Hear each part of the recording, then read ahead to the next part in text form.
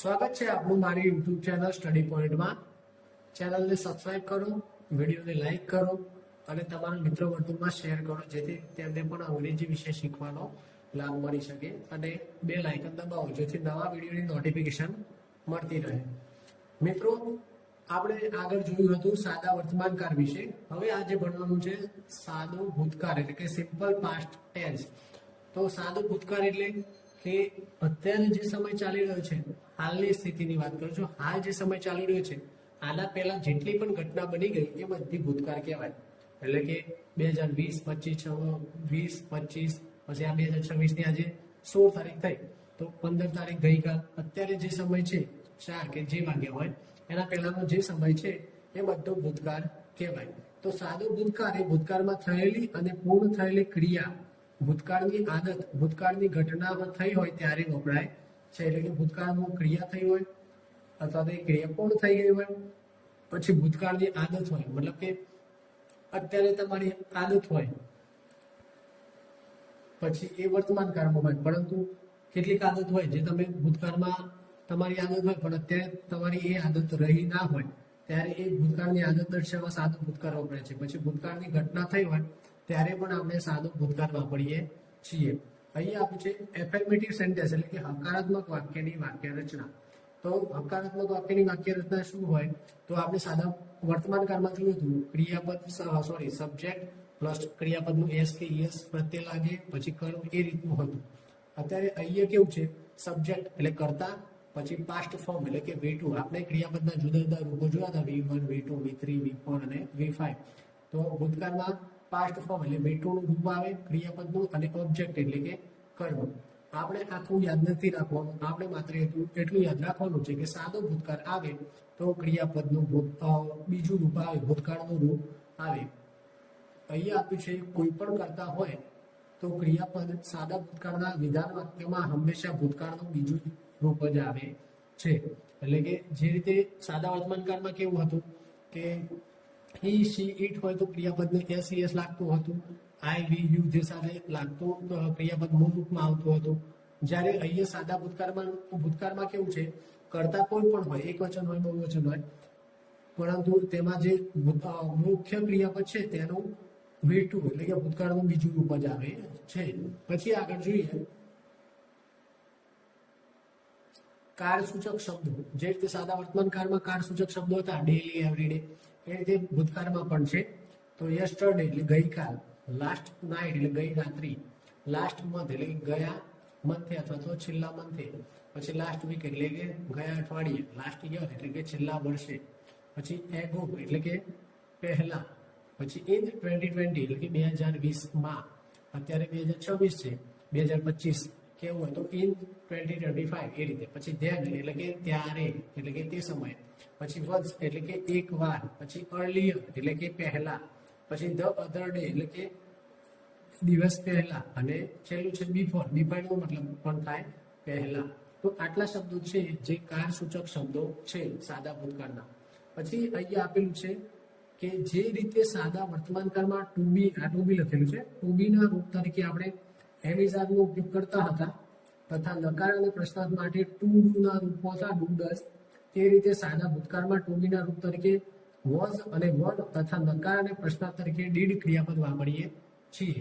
આપણે નકાર પ્રશ્નાર્થ સાદા વર્તમાન કાળમાં જોયા હતા, જેમાં ડુ, ડઝ વાપરતા હતા. પછી WH વાળા શબ્દો હતા તેના પ્રશ્નાર્થ વાક્યમાં પણ જોયું હતું. એ રીતે સાદા ભૂતકાળમાં પણ વોઝ અને વર એ ટુ બી ના ભૂતકાળના રૂપો છે, અને ડીડ છે ટુ ડુ નું એટલે કે ડુ, ડઝ નું ભૂતકાળનું રૂપ છે ડીડ. એ આપણે નકાર અને પ્રશ્નાર્થ વાક્યમાં વાપરશું. હવે આગળ જોઈએ. હા, અહીંયા કેટલાક વાક્ય આપેલા છે. આઈ વોચડ અ મૂવી, મતલબ કે મેં એક મૂવી જોઈ. તો અહીંયા જો આઈ કરતા છે તો આઈ કરતા સાથે વોચ મુખ્ય ક્રિયાપદ છે તો તેને ઈડી પ્રત્યે લાગે છે. ઘણા કેટલાક ક્રિયાપદ હોય છે જેને ઈડી પ્રત્યે લગાવીને આપણે ભૂતકાળનું બીજું રૂપ બનાવતા હોઈએ છીએ. આપણે આગળ જોઈશું રેગ્યુલર અમુક કેટલાક વર્બ છે અને કેટલાક ઇરેગ્યુલર વર્બ છે. પછી બીજું વાક્ય છે હી કમ્પ્લીટેડ ધ વર્ક, મતલબ કે તેણે કામ પૂર્ણ કર્યું. તો કમ્પ્લીટ છે મૂળ રૂપ, તેને ઈડી પ્રત્યે લાગ્યો, અને V2 નું રૂપ બન્યું. સાદા વર્તમાનકાળમાં કેવું હતું કે હી હોય તો ક્રિયાપદને એસ કે એસ લાગતો હતો અને આય હોય તો ક્રિયાપદનું મૂળ રૂપ રહેતું હતું. અહીંયા એવું નથી. સાદા ભૂતકાળમાં કરતા હાય, વી, યુ, ધે, હી, શી કોઈ પણ હોય ક્રિયાપદનું મૂળ રૂપ આવે. ક્રિયાપદનું ભૂતકાળનું રૂપ આવે. પછી છે રવિ એન્જોયડ ધ પિકનિક, એટલે કે રવિએ પિકનિકની મજા માણી. તો એન્જોય મુખ્ય ક્રિયાપદ હતું મૂળ, બરોબર. તો એન્જોય ને ઈડી પ્રત્યે લાગીને V2 નું રૂપ બન્યું છે. પછી છે C read the novel 2 days before, મતલબ કે તેણીએ નોવેલ વાંચી 2 દિવસ પહેલા. અહીંયા ગુજરાતી થોડું રહી ગયું છે. તેણીએ 2 દિવસ પહેલા નોવેલ વાંચી. તો અહીંયા 2 days before એટલે કે 2 દિવસ પહેલા, એટલે કે ભૂતકાળ થઈ ગયું. હવે અહીંયા તમે જોશો સી ના સાથે રીડ, એ મતલબ તમને એમ થશે કે આ રીડ છે મૂળ રૂપમાં આવેલું છે. ના, આ મૂળ રૂપમાં નથી. આનો ઉચ્ચાર થાય રેડ. આપણે કેટલાક આગળ ક્રિયાપદ જોશું, એમાં કેવું છે કે અમુક ક્રિયાપદમાં ઈડી પ્રત્યે લાગે એટલે શું કહેવાય V2 મતલબ કે ભૂતકાળનું રૂપ બને છે. પરંતુ કેટલાક ઇરેગ્યુલર ક્રિયાપદો છે જેમાં કેવું કે આ રીડ છે તો રીડ, રેડ, રેડ એનું V1, V2 અને V3 ત્રણે સેમ થાય છે. પછી કટ એટલે કાપવું, તો CUT કટ, કટ, કટ. એવું કટ વાળું એક્ઝામ્પલ આપણે સાદા વર્તમાનકાળમાં જોયું હતું. તો આપણને ખબર કઈ રીતે પડી કે આ સાદા ભૂતકાળનું વાક્ય છે?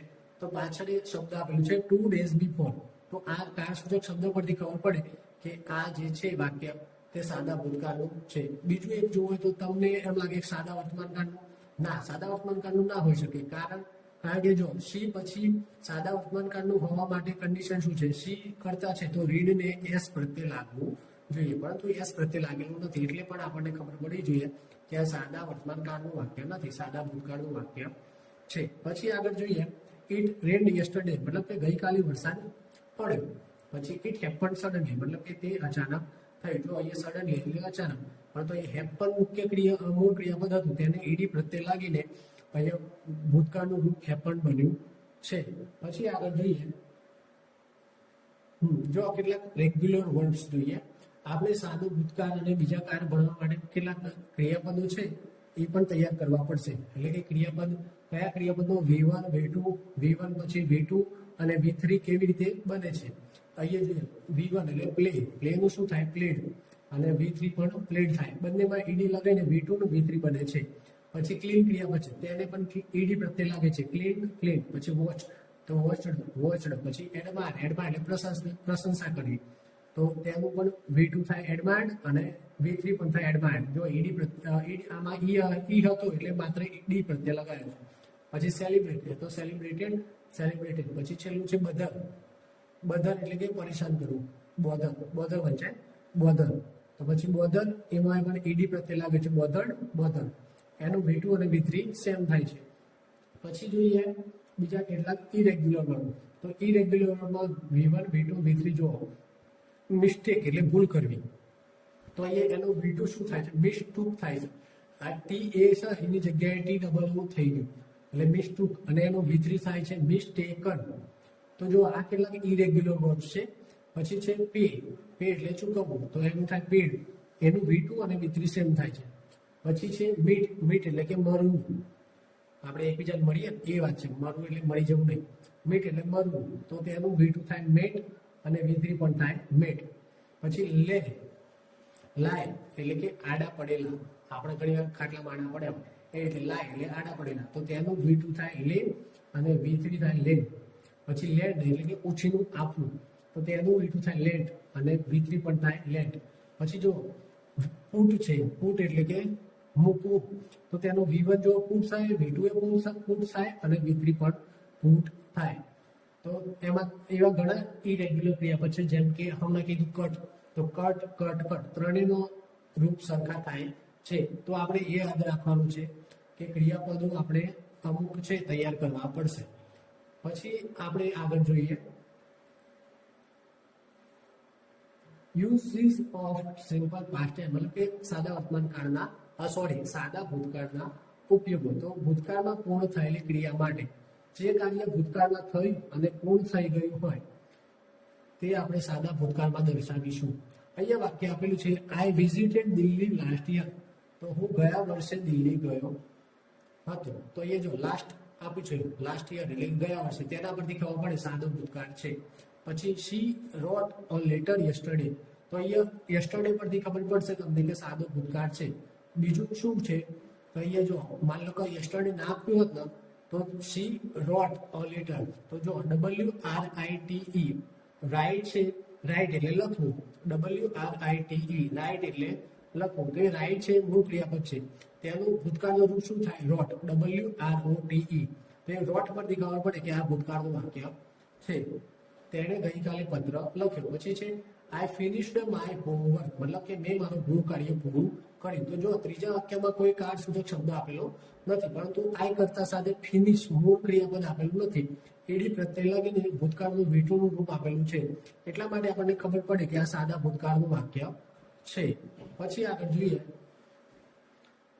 ભૂતકાળની આદત, જે અત્યારે આદત નથી, ભૂતકાળમાં કોઈક સમયે આપણી આદત હતી, તો એ ભૂતકાળની આદત દર્શાવવા માટે પણ આપણે સાદા ભૂતકાળનો ઉપયોગ કરીએ છીએ. અહીંયા વાક્ય આપેલું છે we played in the park every evening. તો મતલબ જો અહીંયા તમને પાછો પ્રશ્ન થશે કે એવરી ઇવનિંગ એ શબ્દ તો આપણે સાદા વર્તમાન કાળમાં કાર સૂચક શબ્દ તરીકે વપરાયો હતો, તો અહીંયા ક્યાંથી આવ્યો? તો જો અહીંયા પણ વાપરી શકાય, પરંતુ આગળ જો વી કરતાના આધારે અહીંયા ક્રિયાપદ જો પ્લે નથી આપેલું, પ્લેડ આપેલું છે, પ્લેને ઈડી પ્રત્યે લાગે છે. જો એટલા માટે આપણને ખબર પડે કે આ ભૂતકાળની વાત થાય છે, આ ભૂતકાળની આદત છે. જો અહીંયા વી કરતા હોય અને પ્લે મૂળ રૂપમાં હોત તો 100% એ વાક્ય સાદા વર્તમાન કાળનું બની જાય, પરંતુ અહીંયા પ્લેને ઈડી પ્રત્યે લાગેલું છે, એટલા માટે આપણે કહી શકીએ કે આ સાદા ભૂતકાળનું વાક્ય છે. અને આ ભૂતકાળની આદતની વાત થાય છે કે અમે એક સમયે એટલે કે પહેલા એક સમયે અમે ક્રિકેટ પ્લેડ એટલે કે રમવું, તો અમે પાર્કમાં રમતા હતા. એક ઇવનિંગ પહેલાની વાત છે, અહીંયા પ્લેડ પરથી ખબર પડે. પછી છે she visited grandmother every Sunday.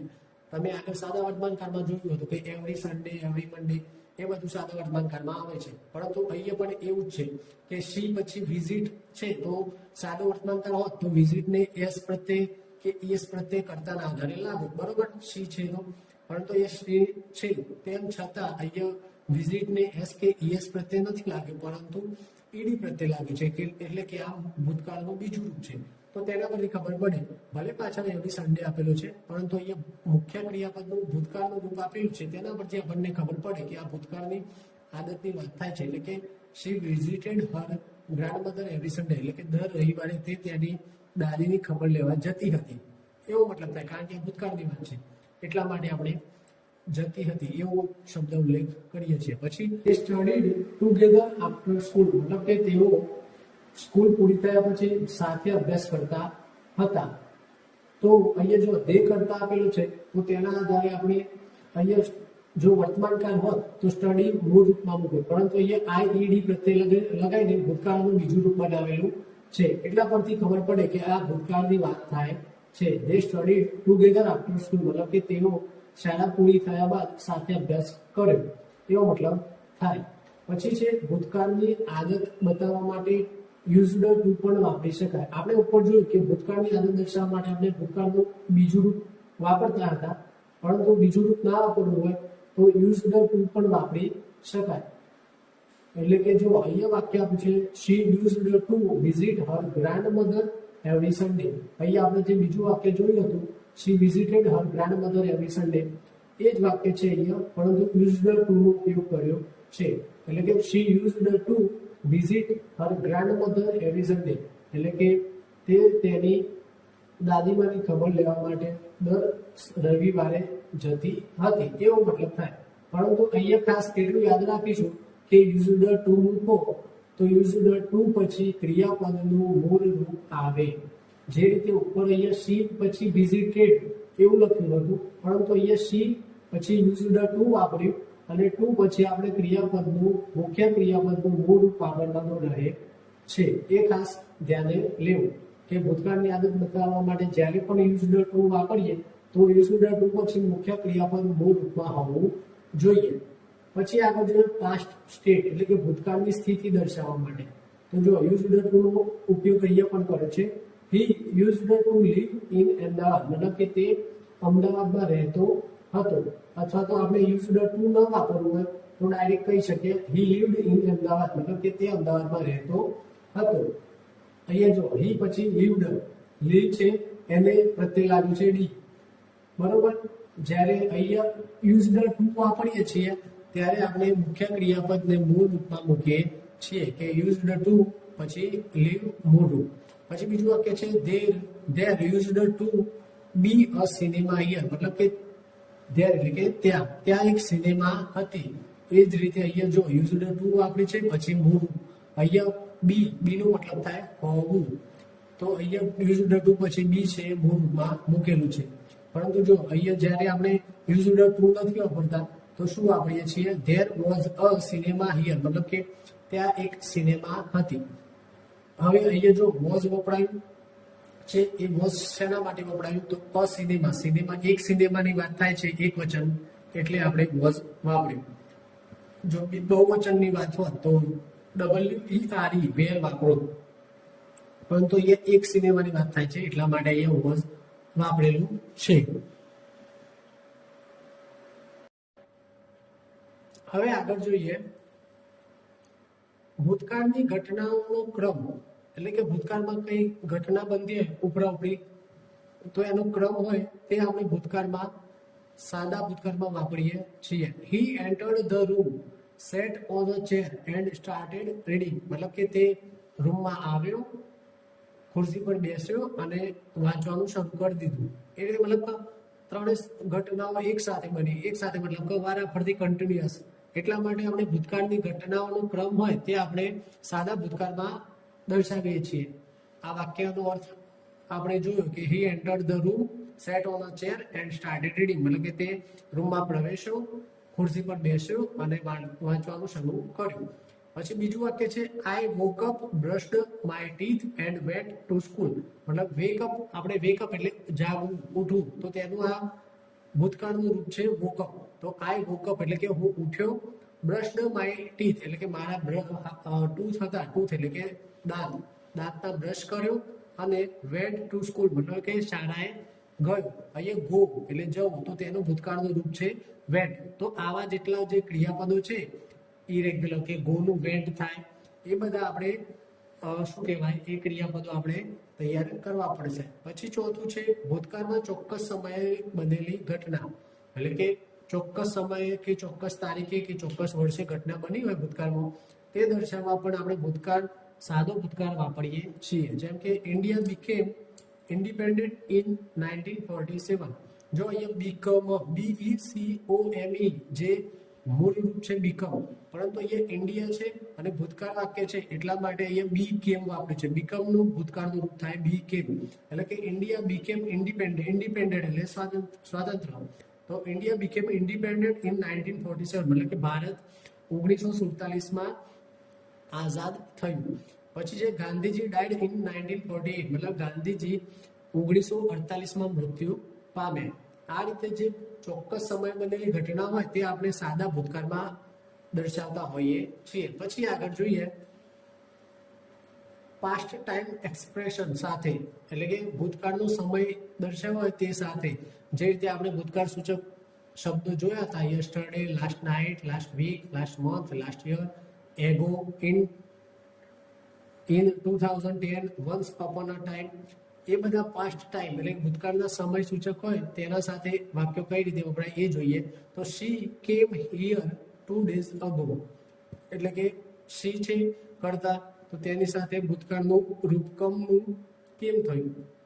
કમ એટલે આવવું અને કેમ એટલે આવ્યો અથવા તો આવી. તો શી સાથે કેમ ભૂતકાળનું રૂપ વપરાય. શી કેમ હિયર એટલે કે અહીંયા આવી, કેટલા દિવસ પહેલા, તો અહીંયા આપેલું છે 2 days ago એટલે કે 2 દિવસ પહેલા અહીંયા આવી. પછી I met him last year, મતલબ કે હું તેને મળ્યો ક્યારે, લાસ્ટ યર, એટલે કે એ જો લાસ્ટ યર શબ્દ વપરાય છે એટલે ખબર પડે કે આ ભૂતકાળની વાત થાય છે.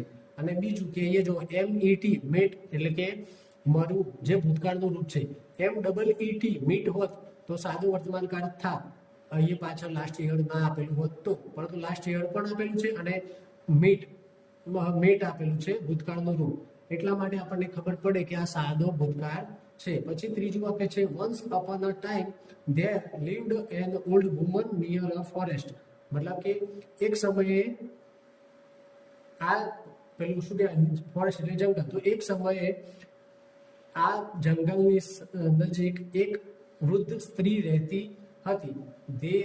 There lived an old woman near a forest, મતલબ કે આ જંગલની નજીક એક ઘરડી સ્ત્રી રહેતી હતી. એક સમયની વાત છે. વન્સ અપોન અ ટાઈમ એટલે કે એક સમય, એટલે કે એ ભૂતકાળમાં થઈ ગયું. એટલા માટે આપણે અહીંયા વન્સ અપોન અ ટાઈમ શબ્દ આવેલો છે તેના પરથી નક્કી કરીએ કે આ સાદા ભૂતકાળની વાક્ય રચના છે.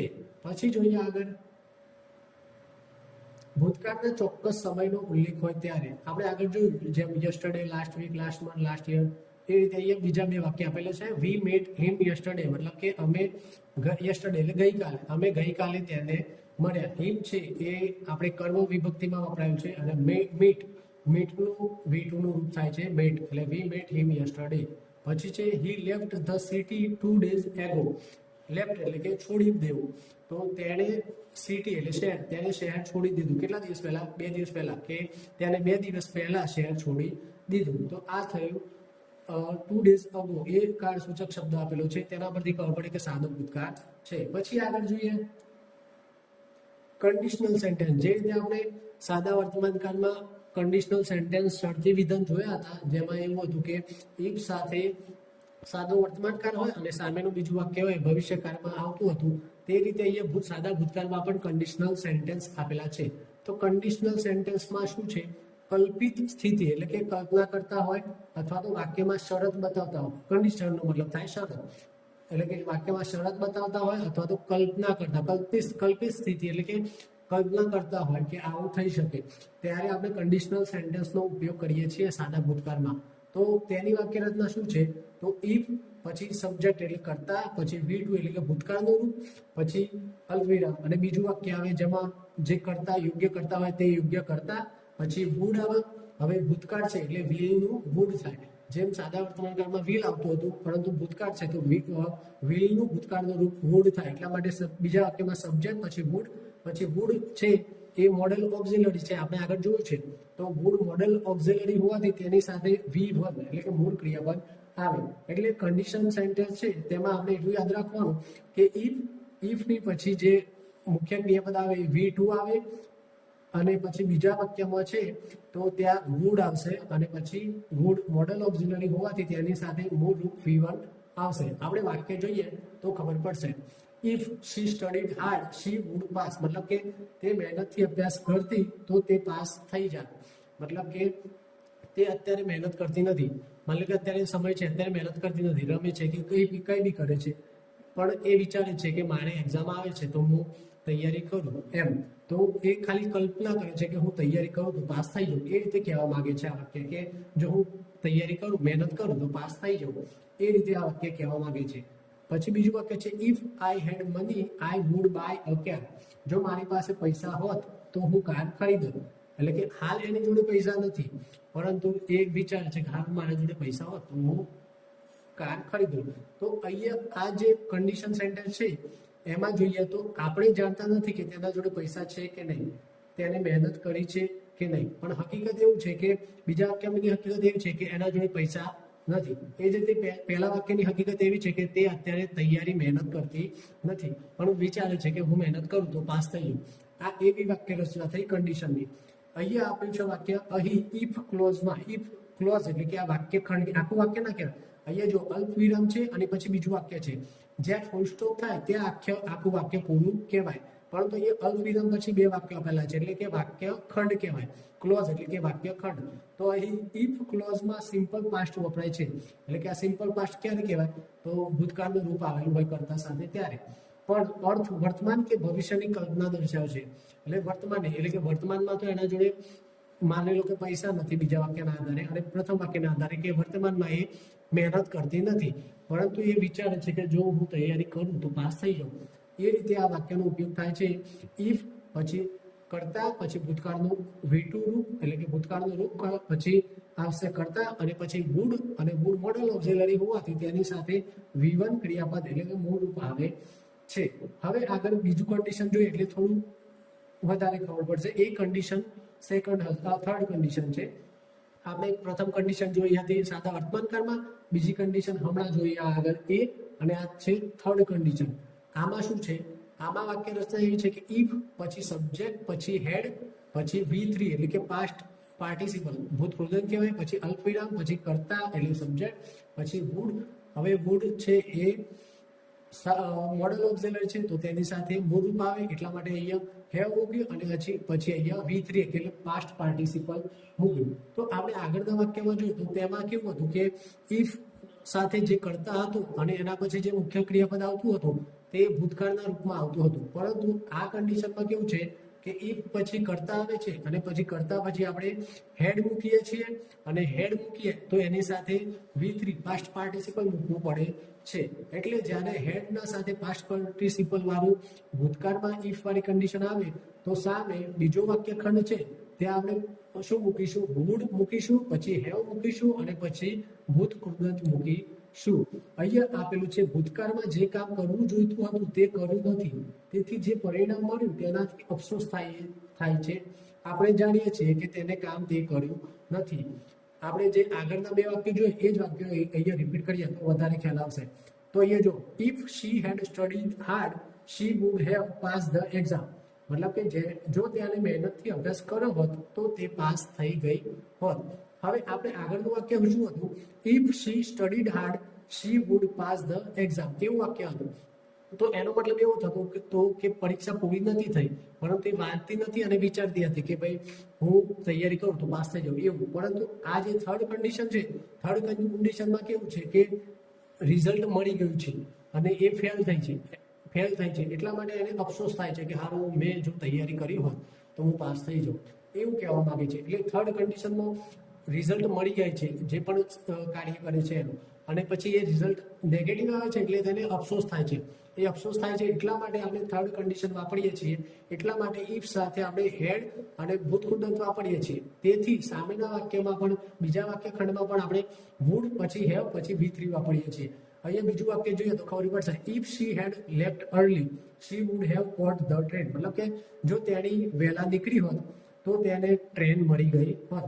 તો અહીંયા શું છે, એ ઘરેથી લેટ નીકળી અને એને ટ્રેન છૂટી ગઈ, ક્યાંક જવાનું હતું તો એટલા માટે તેને અફસોસ થાય છે જો હું વહેલા નીકળી હોત તો મને ટ્રેન મળી જાવ. પછી ત્રીજું વાક્ય છે if I had money I would have bought a car. તો અહીંયા જો ઇફ આઈ પછી હેડ બે વખત આવે તો આપણે ગુજરાતીમાં હેડ એમ કહીએ છીએ, એ મતલબ એ નથી. અહીંયા આ હેડ છે પ્રથમ એ છે એ આપણા અહીંયા જે આ હેડ મૂકેલું છે ટુ હેવનું રૂપ ભૂતકાળનું એ હેડ છે, અને આ બીજું હેડ છે એ મુખ્ય ક્રિયાપદ તરીકે વપરાયેલું છે. હેવ હેઝ નો મતલબ થાય પાસે હોવું, તો એ જ રીતે પાસે હોવું તો તેનું ભૂતકાળનું હેવ હેઝ નું ભૂતકાળનું રૂપ થાય હેડ. એટલા માટે અહીંયા બે વાર હેડ વપરાયું છે. એક હેડ છે એ ટુ હેવનું રૂપ છે જે ભૂતકાળ તરીકે વપરાયું છે, અને બીજું હેડ છે એ હેવ હેઝનું અહીંયા V3 વપરાયેલું છે. એટલે હેવ હેઝનું V3 શું થાય? હેડ થાય. એટલા માટે અહીંયા બે વાર હેડ વપરાયેલું છે કે જો if I had money I would have bought a car. મતલબ કે જો મારી પાસે પૈસા હોત તો હું કાર ખરીદી હોત. એટલે કે હાલ પૈસા મતલબ કે ભૂતકાળની રિઝલ્ટ અહીંયા આવી ગયું છે, રિઝલ્ટ આવી ગયું મતલબ કે એના જોડે કાર નથી, એટલે એ વાત કરે છે કે મારી પાસે પૈસા હોત તો હું ખરીદી લઉં, એવો વાક્યનો મતલબ થાય છે. પછી આગળ જોઈએ આઈ વિશ એટલે કે ઈચ્છા, અફસોસ દર્શાવો. તો આઈ વિશ પછી સબ્જેક્ટ એટલે કરતા અને V2 આવે છે. આઈ વિશ નો મતલબ થાય કે કાશ મારી પાસે આ વસ્તુ હોત, કાશ મેં આ કર્યું હોત, એવો મતલબ થાય. તો જો અહીં વાક્ય જોઈએ આઈ વિશ આઈ હેડ અ કાર, મતલબ કાશ મારી પાસે કાર હોત. આપણે ઘણી વાર બોલીએ છીએ કાશ હું આજે અહીંયા ગયો હોત. પછી બીજું વાક્ય છે આઈ વિશ આઈ ન્યૂ ઇંગ્લિશ વેલ, મતલબ કાશ હું અંગ્રેજી સારું જાણતો હોત. વેલ નો મતલબ કે સારું, તો કાશ હું અંગ્રેજી સારું જાણતો હોત. તો અહીંયા જો આઈ વિશ આવ્યું, પછી છે કરતા આઈ આવ્યું, અને પછી સબ્જેક્ટ આઈ મૂક્યો, અને પછી V2 એટલે કે KNOW નો, તો એનો મતલબ થાય જાણવું, તો તેનું V2 રૂપ થાય KNAW ન્યૂ, એવું થાય. આઈ વિશ આઈ ન્યૂ ઇંગ્લિશ વેલ, મતલબ કે કાશ હું અંગ્રેજી જાણતો હોત. પછી છે એઝ ઇફ એઝ ધો, એટલે કે કોઈ વ્યક્તિ કે વસ્તુ વિશે દેખાવ અથવા વર્તન પરથી અનુમાન કરવું. એટલે કે જો અહીંયા આપ્યું છે he talks as if he knew everything, તે વાતો એવી કરે છે જાણે કે તે બધું જાણતો હોય.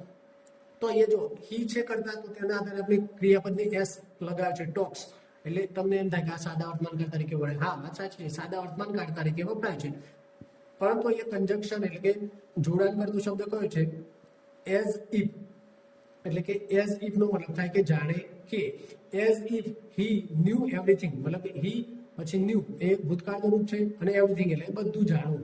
મતલબ કે he talks as if he knew everything, મતલબ કે તે એવી વાતો કરે છે જાણે બધું જાણતો હોય. તો આપણે જોયું આઈ વિશ સાથે V2 રૂપ વપરાય અને એઝ ઇફ સાથે પણ કેવું V2 રૂપ વપરાય, પરંતુ આગળ જે હી ટોક્સ વપરાય કે એવી વાતો કરે છે એટલો વાક્યખંડ સાદા વર્તમાનકાળમાં આવે છે. પછી એઝ ઇફ પછીનું જે વાક્ય આવે છે તે સાદા ભૂતકાળમાં આવે છે. પછી બીજું વાક્ય જોઈએ, શી બિહેવ્સ એઝ ધો શી વેર અ ક્વીન. મતલબ કે અહીંયા જો એઝ ઇફ અને એઝ ધો બંનેનો મતલબ એવો થાય છે કે જાણે કે. તો અહીંયા શી બિહેવ્સ તો આ સાદા વર્તમાનકાળનું ખંડ થાય. પછી એઝ ઇફ એટલે કે એઝ ધો એટલે કે જાણે કે શી વેર અ ક્વીન એટલે કે તે એવું વર્તન કરે છે જાણે કે તે રાણી હોય. હવે તમને પ્રશ્ન થાય છે કે અહીંયા શી છે કરતા તો શી સાથે તો વોઝ આવે, પરંતુ અહીંયા કેમ વેર આવ્યું?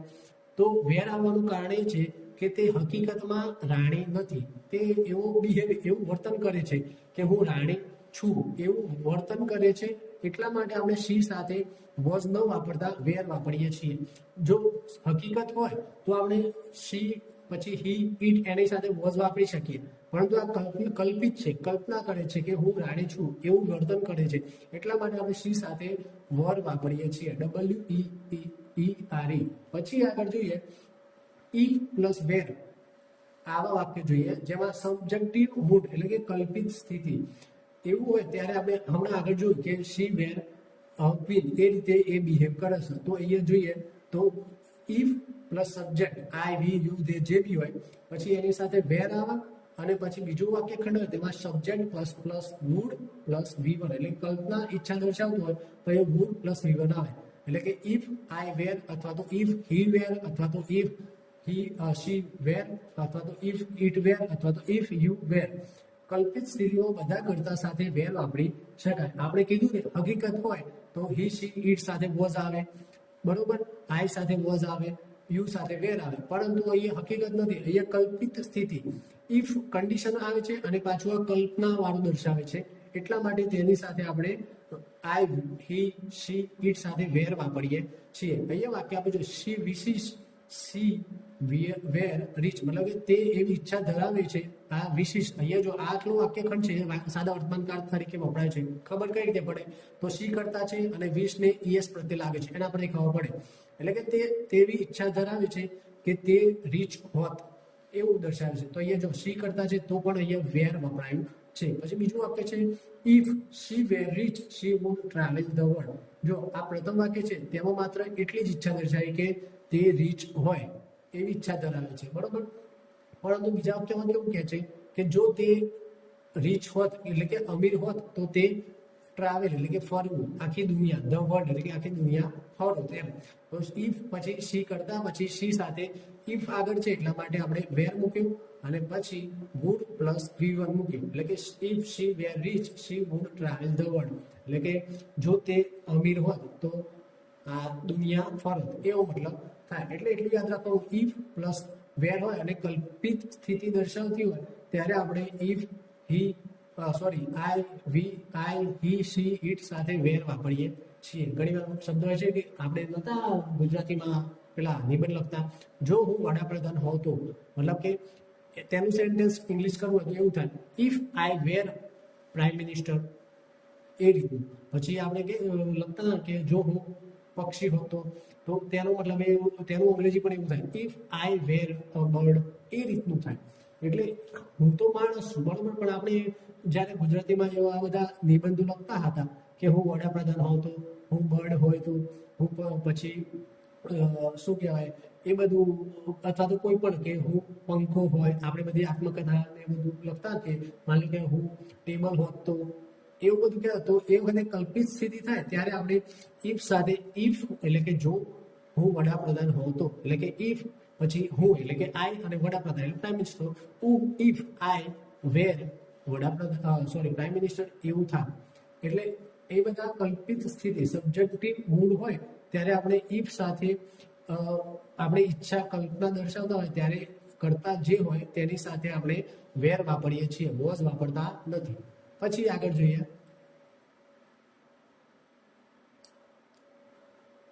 ઓકે મિત્રો, તો આજે આટલે સુધી રાખીશું. આશા રાખું છું કે તમને સાદા ભૂતકાળમાં ખબર પડી હશે. તો ચેનલને લાઈક કરો, શેર કરો અને સબસ્ક્રાઈબ કરો, અને નવા વિડીયો મળતા રહે તે માટે બેલ આઇકન દબાવો. Thank you.